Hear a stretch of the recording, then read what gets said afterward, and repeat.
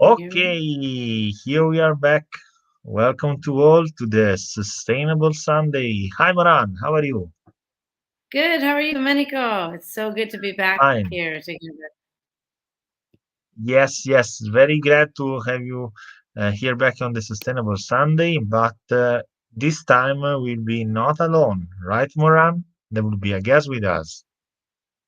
Today we have a special guest for this week's Sustainable Sundays. I'm so excited. He's coming up soon. Stay with us. Oh, yes. So let's take the chance, ladies and gentlemen, to introduce Mr. Samson Oluoch. He's from Kenya. He's an expert in climate smart agriculture. So, welcome, Samson. How are you? Welcome, Thank you so much. Samson. I'm doing great. So, it's a pleasure All to have the you way, here. Thank you too. all the It's a way from pleasure to. Kenya. Sorry. Uh, Kenya is doing great. We are so grateful. We thank God for everything. I'm also grateful for to have you, Domenico and Moran, Sol, Broza. I'm very grateful to be this platform today. So we are excited, Samson, to have you with us because in this Sustainable Sunday, we are trying to like invite relevant speaker from all over the world, trying to talk on very important topics related to sustainability and how we can start this Sunday about talking of one of the most important sector for sustainability is the food, is the agriculture. So, Moran, maybe you can start with a few words of this on this topic because here there is like the start of the chain, the start on which we have to think about sustainability. So, Moran, you can start, and then we can give the floor to Samson. Yes, I'm just going to do a sound check. Can you hear me? Yeah. Okay. So, yes, first of all, it's such an honor to have you here, Samson, and sharing your wisdom, knowledge, and experience on this topic with all of us today. In terms of agriculture, I mean, if we want to talk about sustainability, you've heard me say this before, Domenico. What is sustainability? Well, sustainability is the ability to sustain. And so, what is agriculture? It is how we can feed ourselves, for example.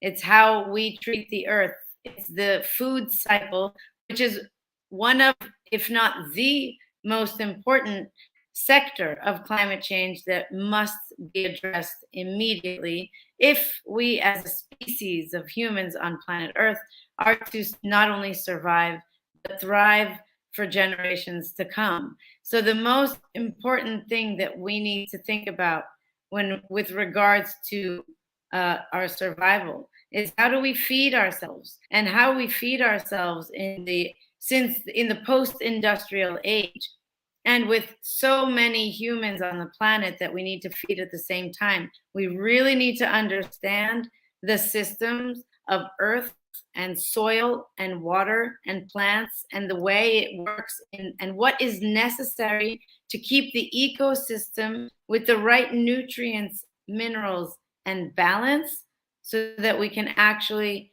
do what is necessary on an agricultural level in order to sustain ourselves.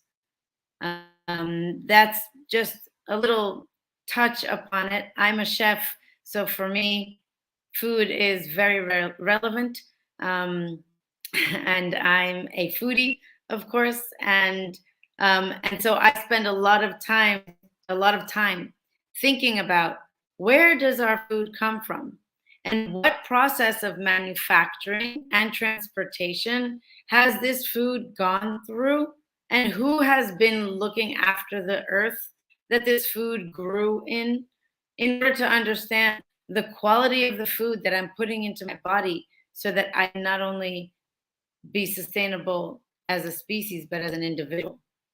Please, Take it away, Samson. I cannot wait for your input. Thank you. Thank you, very great, Moran, for that great sharing. I congratulate you for what you have just shared with us. It is very, very, very, very powerful and it is very great. Uh, First and foremost, I want to say I am Samson Oluoch from Kenya, coming from Homa Bay County. Homa Bay County is southern Nyanza part of Kenya. I'm very grateful to be here. Samson Oluoch is a director and a founder of Bridges of Hope organization that is registered as a community-based organization. But basically, we are looking forward to register it as a global NGO. And I know that it will not only help Kenya or Africa, but globally. Secondly, I have a passion as Samson, I have a passion in my heart to improve the food industry globally. Why do I say that?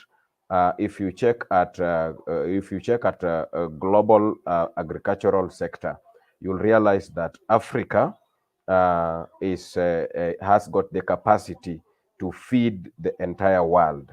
That is why I decided to register an organization that is going to improve the food industry and also reduce food insecurity in the entire world.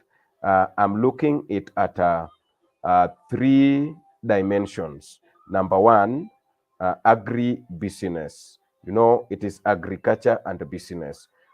If you look at African society, you'll realize that so many youths in Africa, they are looking for a white-collar job. But then you will realize that out of 100% of youth in each and every country, 80% do not have a job. So if we train them agribusiness courses, then they will be able to use the African soil to remove the poverty within Africa. Number two, I'm looking at what we call smart agriculture.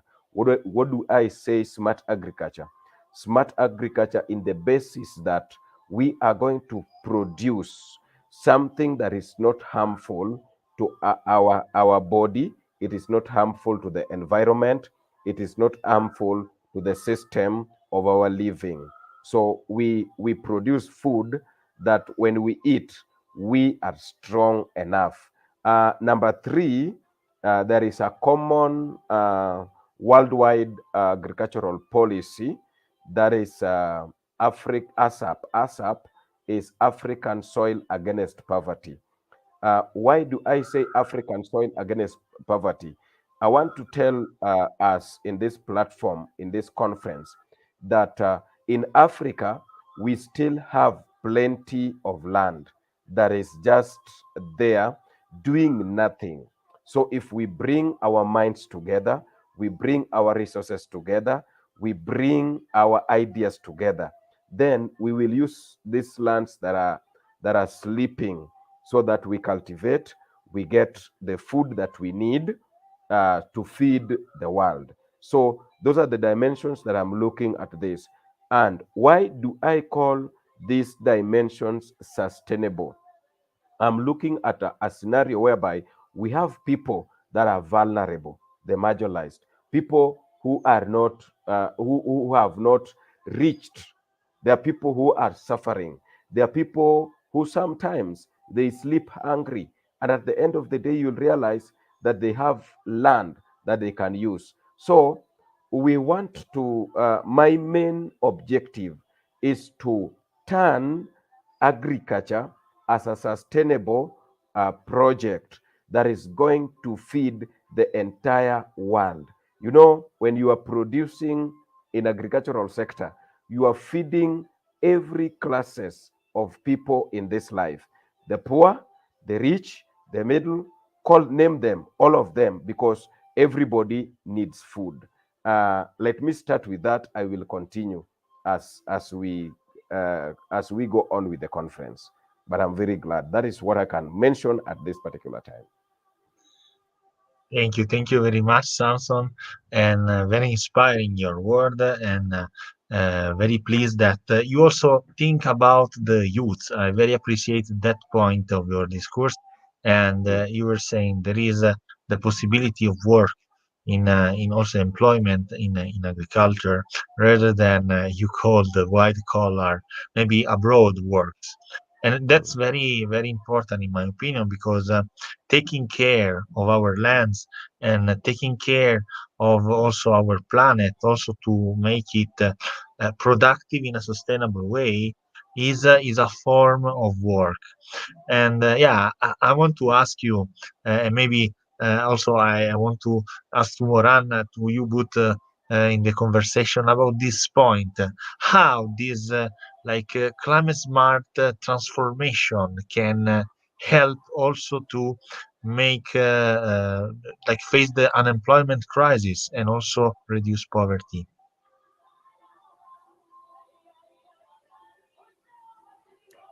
Okay, that's a very good question, which is so great for this, because so many people think about it as in a form of making things to turn or to create some white collar job. No, no, no, no, no. The climatic sustainable process will reduce what we call poverty by implementing the agricultural activities that are friendly to the environment. Like for example, in Africa, I realized that we can still use our soil, our land, to do agricultural activities, minus adding what we call the chemicals. You know, there is sometimes people uses chemicals too much that also affect the environment. So, like I was doing a research the other week on how to use a smart agriculture, the climatic, we are calling about this, we have the 17 sustainable development goals. How can we bring all these goals together? But when we come to agriculture, we reduce or we minimize the use of the chemicals, so that at the end of the day, as we are using that, it is going to be effective, that in every season we have people who are working there that are not affected, people who are strong, people who can work day and night, but they are strong. Because when you use the chemicals, sometimes there are some outbreak of some diseases that brings a lot of weakness in our body, and thus reduces the ability of those who are working. So to me, I am thinking it that way. Maybe I will hand it over to Moran. Thanks, Samson. I'm sure I feel like there's much more you can say on that, but I will definitely take that and add to it. First of all, you're talking about something that one of the things that comes up for me is the chemicals, right? Pesticides that we are used to using in order to grow more quickly without insects, and different things that were preventing us from producing larger quantities of food in a shorter amount of time for financial reasons, for the most part, and also to be able to feed more people, and the demand or the growing needs of a community. But today we're seeing that the quality of the soil is something that took a while for us to realize. It's beyond just, having soil, planting the food, growing it, harvesting it, selling it, transporting it, right? And then cooking it or eating it. It's also what happens to the soil when it's used so much. It's also what are the effects of those chemicals on that soil after you've taken the food from there and then you want to reuse the soil. And it's also about carbon sequestration. When we turn the soil, and because we're digging to put in the seeds, for example, in the earth, time after time after time, there's carbon that is absorbed into the earth, into the soil by earth. And then when we loosen up the earth, whew, it goes up and out into the air. There's also then the chemicals that are not only protecting the plant from being eaten by a worm or a bug, there is the soil that's then absorbing the chemicals. And then we're planting again. And when they start to come up, we put more chemicals. So it's one thing to reach certain goals by putting pesticides and using chemicals to be able to grow more food or less food, and sell more or less.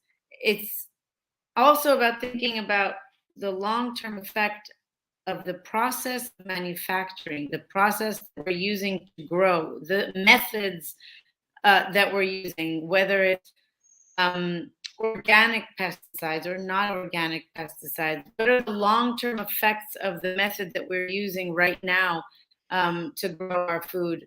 And we don't know each other very well, but as time goes on, we'll learn more about each other. I'm also working with indigenous from all over the world, and the indigenous peoples who have been living in the same place generation after generation after generation have the wisdom and knowledge and familiarity with their local place where they live and what that ecosystem needs in order to be able to provide what it is supplying to the locals who are not only local, but we are all part of this global system.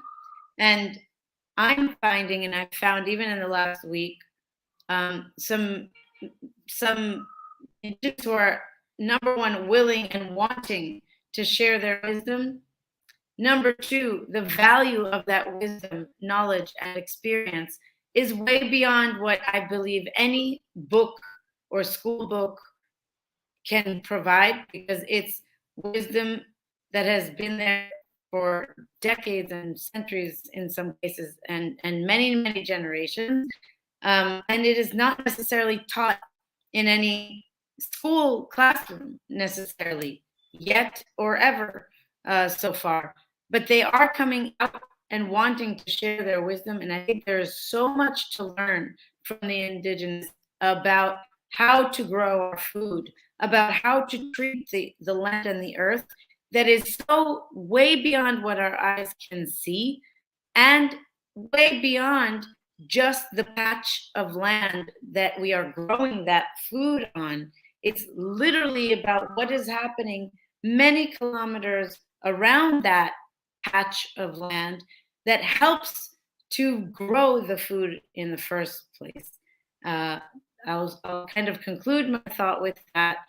I'm wondering what both of you have to say as a response to that. And to me, that is what really, really drives my thought when I think of agriculture, agribusinesses, and also what is the purpose of this entire industry that we're talking about, that aspect of climate change, and how are we going to do this together moving forward long term, because we really have to think ahead when we think of what we're doing now and what is the impact, and that will affect how we do what we do now.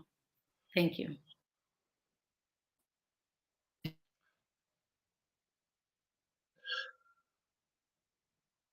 The floor to you, Samson. Yes,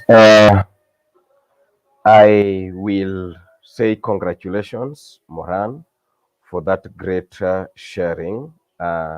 And exactly, you have said what we did as a research. What are we going to do about uh, uh, climate change on the agriculture? You know, we are in the side of agriculture, and sometimes it brings in what we do in our soils, what we do with our soil. You know, Africa is much based on, we call it a green and a fertile and a motherland. So it is a land that is there. But we have cases whereby we see the climatic effects, and we sometimes realize that too much of using soil for a long period of time, there are changes. And actually, what you have said is very true. People will start using pesticides, fertilizer for more production, and at the end of the day, some of them will realize that there is less production as compared to their targets. So, to me, I will say, with the climatic change, we need to come up with modalities and also with methods on how to improve agriculture. And sometimes it will force us to employ what we call the smart or the modern agriculture. You know, so many people don't understand the term smart agriculture or the modern agriculture. In most cases, I've realized people are using different terms to describe it. But what I would put in from my side is that the modern agriculture will be very important for us now, because it will measure the type of the soil, the type of the fertilizer, the type of the pesticides that are going to be used, so that people don't use these things wrongly because of the kind of the soil that they are using to do the agriculture. Again, the smart agriculture, what are the things? If you don't have rain, what will you do so that in the times of dry season you continue producing, you continue doing a lot of things in agriculture? So that requires panel of discussion, bringing mind together, bringing issues together, and then seeing how we can bring things so that we work together. I tell you, not only the all Africa, we have places even here in Kenya, as I can say. Let me say, let me talk on behalf of my area. Uh, we can produce food that can feed the entire nation of of Kenya. But you will realize that due to climatic change, sometimes it is every season it changes. You'll realize there is a time that you produce more, and there is a time that you cannot produce as you require. So that is what we'll call upon the mindset of the modern agriculture, so that people sit together and say, if I use this type of fertilizer this time, last time, and I did not produce, what was happening in this soil? What happened? I will realize that there was a climatic change, and maybe there was too much of heat. Maybe there were some of the things, and a lot of disease, and call them, we know all these things that happens with the soil. So our mind and our discussion will come up with ways to resolve this, and then we will realize, time after time, because we are now applying the modern techniques, we are producing. Then we also realize that too much of heat affects the atmosphere. And at the end of the day, there are a lot of diseases that are released, and there are a lot of things that are happen, maybe to our plants, to us as human beings, and sometimes to so many things. Then we will come up to and ask, what can we do so that when there is too much of heat, or when there is an effects in the atmosphere, what are we going to do so that we are able to reduce the atmospheric heat that will affect our crops. So that is very important. And I will say I'm actually happy with what you have shared with us. But this is to all of us so that we can put it in mind. I know, as I told our brother, the Miniko, that Bridges of Hope is a small organization that is coming up to strengthen the and agricultural sector, and also the social life of the beings of our people in Africa.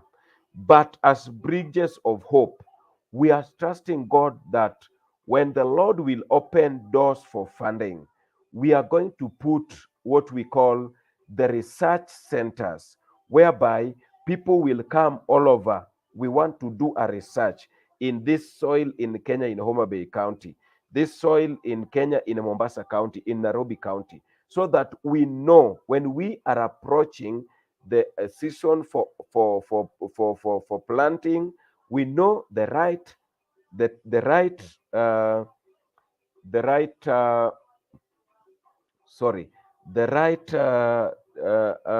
seed that we are going to use, the right fertilizer that we are going to use, the right pesticide we are going to use, and the right things, the right materials, the right tools we are going to use, so that when it comes to production, we are not affected. So we are thinking of, as Bridges Hope organization, to put a research center and hubs for lab and laboratories for a research upon soil after soil, so that we are able to know at the end of the day, when we want to do agriculture in a certain soil, if we do it, we are not going to get a loss. So that is my take. Thank you. Super thumbs ups for Samson for this speech, because he was going really on the point on that, and thanks to his experience that he's sharing with us, we have been also able to really see in deep on the soil what's happening when you implement the climate smart agriculture. But taking inspiration also on what Moran was saying, which has been the role, for example, of your local knowledge, of your indigenous knowledge in maybe apply this type of agriculture, the climate smart? Then did you help us to did it help you to implement this the climate smart agriculture? So which is the role of local knowledge on doing that? Again, I want to congratulate to say congratulations for our sister and you for this, because when actually I was introducing the climatic smart agriculture to our local people, that there are a lot of things that, when you are introducing a new thing to indigenous people, sometimes they will reject it, sometimes they will welcome it. And when I did this, there are a lot of people who were actually saying, is this thing going to help us? And they were saying, okay, let's try it. To those who tried, at the end of the day, they realized that it is very important for us, as much as we are using the indigenous agriculture, it is very important also to introduce to our people the smart agriculture, because already, as much as we have the plenty of lands for cultivation or for agriculture, sorry, the soils that are there, some of them are already affected. We cannot deny that, because of the atmospheric change and those climatic change. So the smart agriculture would come in, and some of them welcomed it. And I want to say 80% of those who utilize it well, actually, I want to say 80%. So there was a change. But in the other way, as I said, people need to learn and people need to know things. That is why I'm saying we are still young, because right now we don't have funds. If we have funds, we will build some hubs to train them, so that when they are going outside to practice this, they are capable of what they already know. Thank you very much. Moran, if you want to add something. I'm definitely going to say that you are bridging hope for sure, because it's something that inspires me just listening to you. It actually makes me even more excited about today's Sustainable Sundays and perhaps the potential of what Sustainable Sundays could be or become a stage and a platform for more projects like yours. If we can use this as a place to highlight, spotlight, and point out people and initiatives like yours that are working to make the world a better place, you know, getting the resources together is one thing. Bringing the knowledge is, I think, the change maker, because once people are aware of what you're talking about, I think organically some of the effect is that it kind of strikes people into action. And what we need is more people taking more actions. It can be a small action, a big action. As long as it's an action on a bigger scale with as many people as possible, that is what I think is going to make the biggest difference in our world. And for example, in this globalization, being able to hear from someone on the ground in Africa, in Kenya, from I'm in the Middle East, Domenico's in Europe, this is unbelievable to be able to be inspired by someone across the planet. It's like, it's really fresh. This is really a new level of experience, right? For humans and humanity to be able to connect in this way. And for example, bring together experts when your people are ready, or my people, it doesn't, you as an example, right? To bring together the knowledge of the indigenous, the knowledge of the scientists, the knowledge of the technology, of the modern with the, I don't know what the opposite word that's the best word to use, but indigenous perhaps is the best word to use. Of course, the indigenous should not, and I pray they never do, take things blindly, because they carry and contain wisdom that has no price. There's no price for indigenous knowledge. Absolutely not. And the worst thing we can do is not to acknowledge that and to do anything to lose even one drop of their wisdom.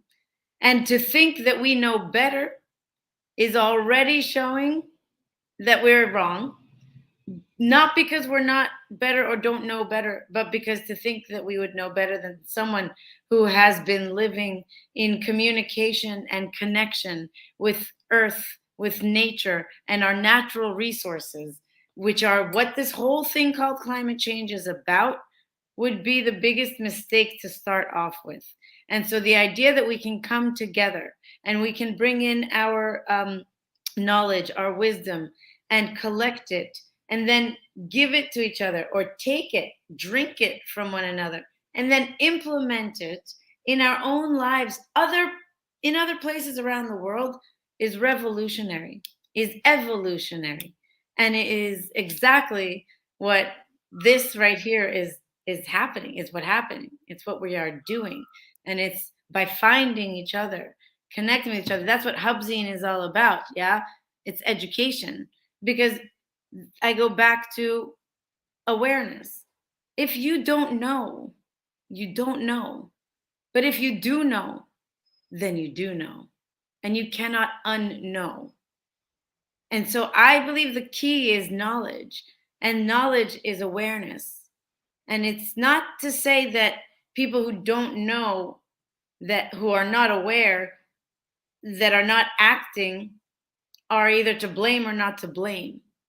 But it is the place of, if there's something we can do to create the difference and push people into the knowing, the I do know, therefore I cannot unknow. And that in itself, the knowing, might just be what they needed to switch them into action. And then the more people can know, the better we will be. So I'm just amazed by this conversation, and I thank you for being here and sharing what you're doing.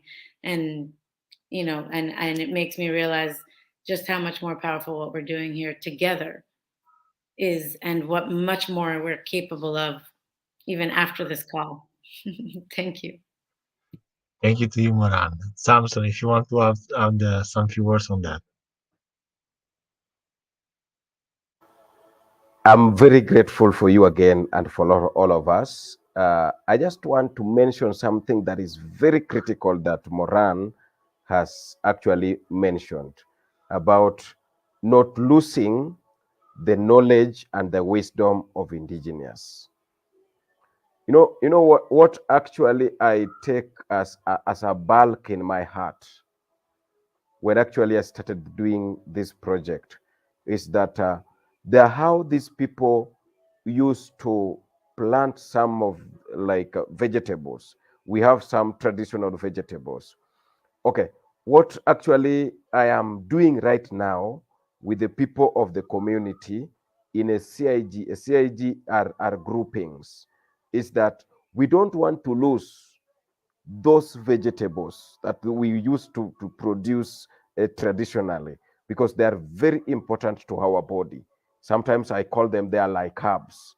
So what we do is that we train their minds not to lose that vegetable they used to produce, but because we have the smart gardens. I believe all of us can know the smart gardens, where if there is a Smart person, what? smart Smart garden. gardens. Smart Yeah. Yes. gardens. Smart gardens. When you get into a home, you teach this person to have a smart garden, and in that smart garden, this guy will put some horticulture, like some vegetable, some we have onions, we have tomatoes, so that we have our indigenous vegetables. We are not losing them, rather than looking ahead to get those ones. So we are out to train our society on that. And again, we don't want to lose the meaning. You know, as much as we are doing the projects, we should not lose the meaning. Let the meaning continue. Because at the end of the day, I want to produce maize. Have I lost the meaning of that maize? Or is it the one that my people knew about? So when we are introducing some of the crops or some modern techniques on how to produce some of vegetables, some of our crops or our production, we should not lose the original meaning. Another thing that bridges hope is coming of. I know one day, one time, you'll get an opportunity. All of us will get an opportunity to visit one another. But I know you will come to Kenya. One of the things that we are looking forward is that in the near future, if God will help us to get funding, we want to bring to take these people back to their culture, cultural practices, cultural foods, cultural production. How did our old people used to produce them? What is the culture of a Luo or a Kikuyu or a Loya in Kenya and other African countries? So that when we are doing production, we are able to produce something that is of value, not only to us, but to the entire world. That is what will bring in the term agribusiness. We have land and we do want to do agriculture for an exchange program. You will realize that you don't have something good in Israel.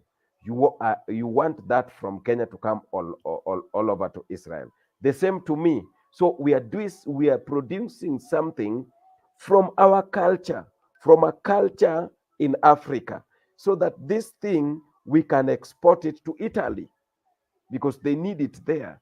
So what you mentioned actually inspired me, and I'm very grateful. We don't want to lose the meaning and the wisdom of indigenous people.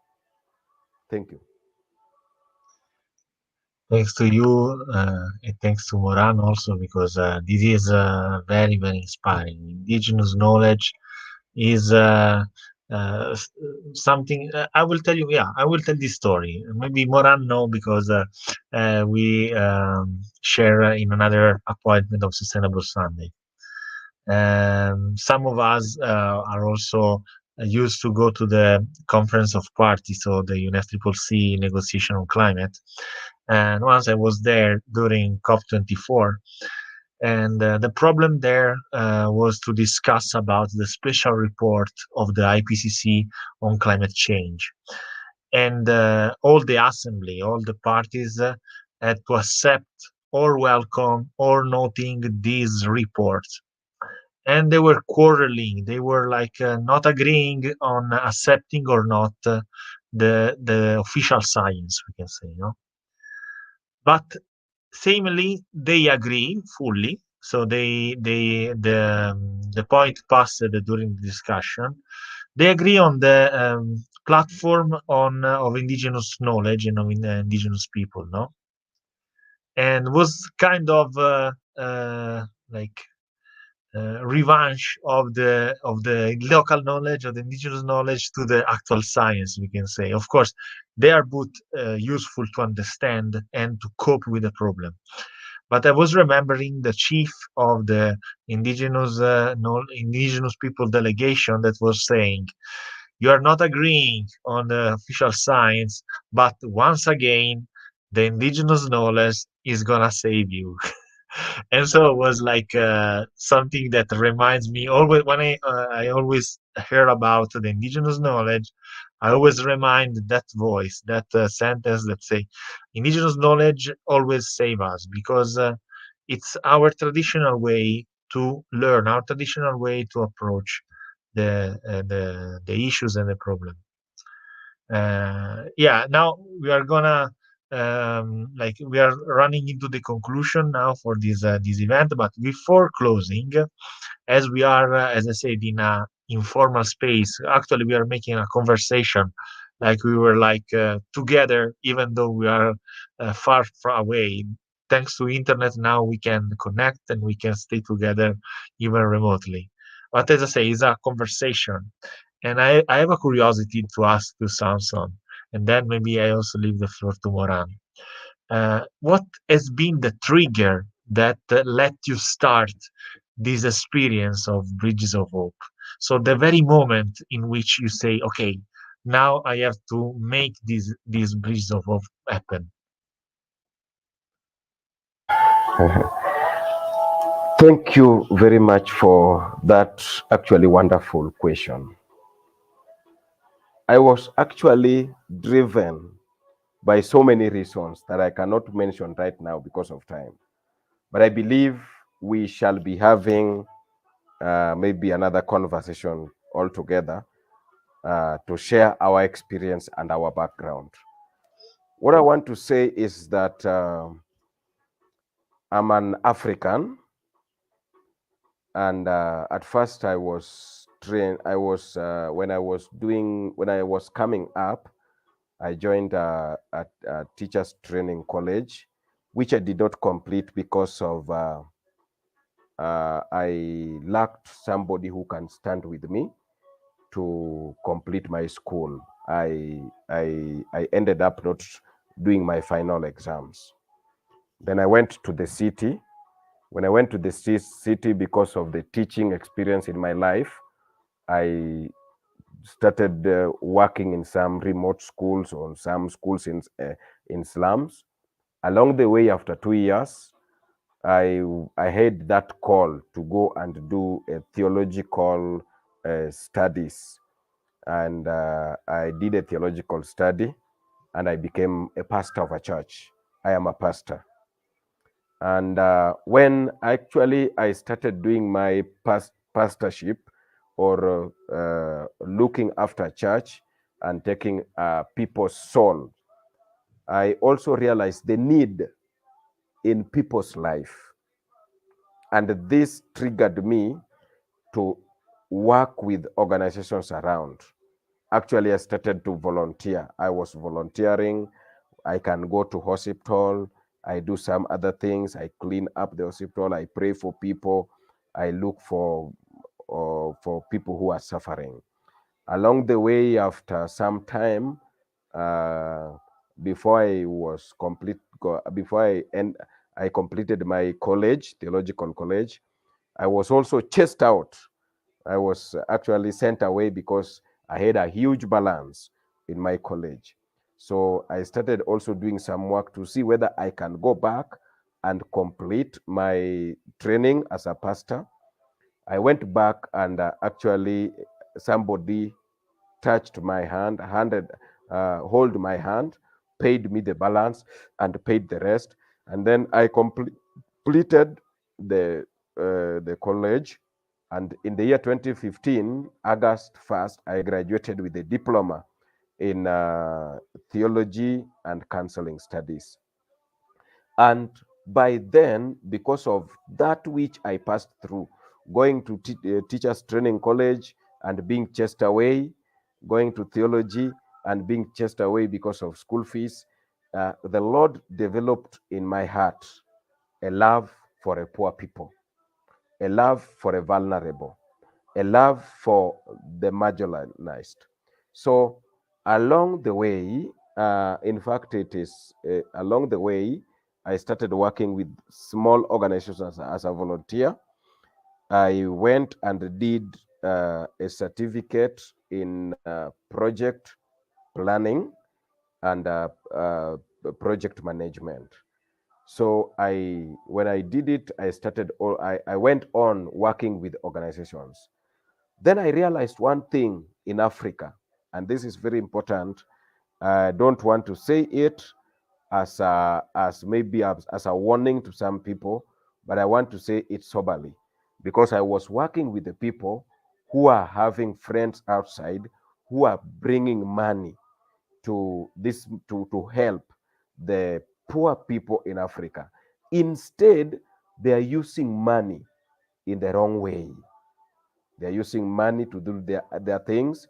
They're using money to, let's say you send me 50 million, I will use 2 million, and then the 48 million, I do my own things. And then I said, okay, the 48 million, I assisted this orphan, I assisted this widow, I assisted this mama, I assisted this father. And at the real thing is that I've used 2 million to help few people and take photos and send you. With you'll realize that you will know that I've used the money correctly. But at the back of my mind, I've used this money at my own things. Then I said, no, this is not good. I want to trust God so that God will enable me to start helping people because we have the poor people. I went somewhere, I got a lady.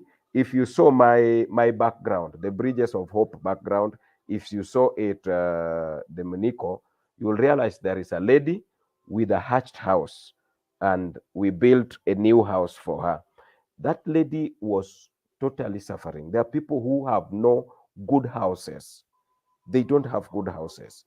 There are people, they are in a house, and during the rainy season, the the the house is flooded. They cannot get things, they cannot get it right. So I said, okay, these people have lost hope. They have no hope. Where are they going to? There is no hope. So I said, I want to be a bridge.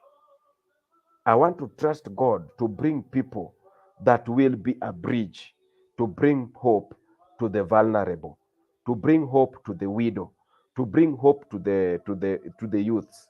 Like I said, some of our youths in Africa have trekked, they have walked since they graduated. It is 10 years now.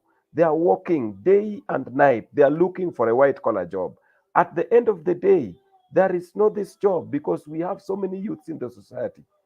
As an organization, we want to be a bridge that will give this youth a hope for tomorrow. What are we going to do? We pick this youth, whether graduated or not, we train this youth agribusiness techniques and skills, and then we we we we we counsel this youth, we guide him, we tell him that in agricultural sector there is a hope in that area. So we are trusting God. We can do some funding. If God give us people that can fund the bridges of hope, we can give you some money. You start cultivating, you start doing some project in agriculture. At the end of the day, you will realize the hope that we have brought is not only for the vulnerable youth, it is for the whole society. Because a rich person will come and buy that food. The government will come and buy that food. Himself, he will get something to feed on. So, what I have passed through and what I passed through actually developed a character in my heart of seeing people who are poor. How can we help these people? Though, as I said, that Bridges of Hope is still young, it is not a big organization. In fact, to tell you what we have been doing out from our pockets. We don't have donors, we don't have people that we can collaborate with together, and we still don't have funding. But as long as God will connect us to the right people, I don't want to do with the people that I'm working with to do what some people are doing in Africa. Yes, where you are working, that is where you should be getting something for your stomach. But as we are dedicated, we want to bring hope to the vulnerable, to the youths in the society, and to the widows. We have widows with no housing, I tell you. There is a lady somewhere I saw today. This lady has got 8 children, and the 8 children, they are living in a 5 by 5 house where they can only put a bed. They are cooking outside. Tell me, 8 people in a 5 by 5 house. So we are trusting God that God will bring people that we are gonna work together, people who are going to give, people who are going to fund us, so that we bring hope to the society. So I think that is what I can say, but I'm still ready to answer some questions. Thank you very much for these amazing and inspiring words. Really, I feel very comforted and touched by all the deep talk and the deep also telling on all the reason that led you to the choice that you made. I don't know, Moran, if you want to ask further questions. I think that Moran has some problems of connection. There we go. Can you hear me now? Okay, yeah. Um, Samson, I know we are wrapping up. I just wanted to say that your story is very touching. It's really amazing how every person goes through what they go through in order to bring us to different purposes that we choose. We have the choice to choose what we do with the time that we have here, and what you're doing is commendable. And I'm glad that there are people like you out there. I'm looking forward to doing more. I believe that it is up to people like us and things like these and holding spaces like these that can actually make the difference, and we can bring more people around the world. I can also tell you that on different platforms that I'm streaming on right now, there are people who are asking to connect and work with all of us. So I will help to make the connection. I've made the link to your project available, and I think this should be the first conversation of many, and we should have more. I'm very excited to see Bridges of Hope come to life more and more, and to learn more about it and what we can do together. Really, thank you so much. Thank you also from my side, Samson. I think that now we can wrap up as Moran was anticipating. Maybe Samson, if you want to like in very few words, launch a final word for our audience, we can like also close with that. So we can leave the floor to you for a final strong message that can summarize your thoughts. Thank you very much. And I want also to say thank you, Moran, for actually allowing me to work together with you and the Michael. I'm very grateful for the time that we have been together in this conversation. Finally, as I wind up, this is what I want to say, and to the whole world, and for all of our audience, and to us in this platform. A time has come that we have to bring hope to our society.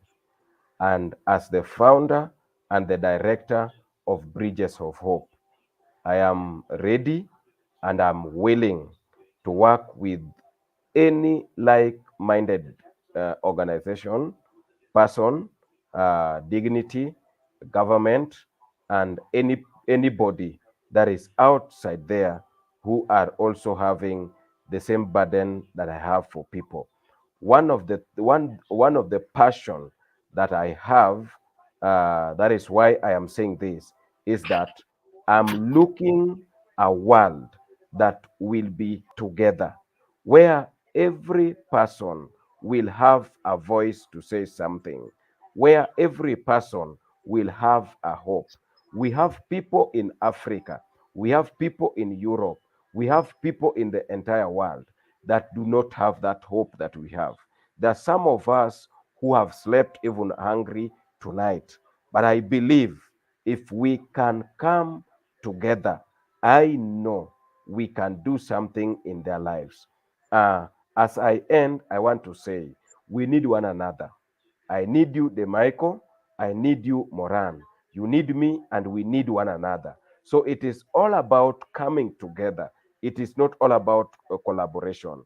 Collaboration is that we need one another.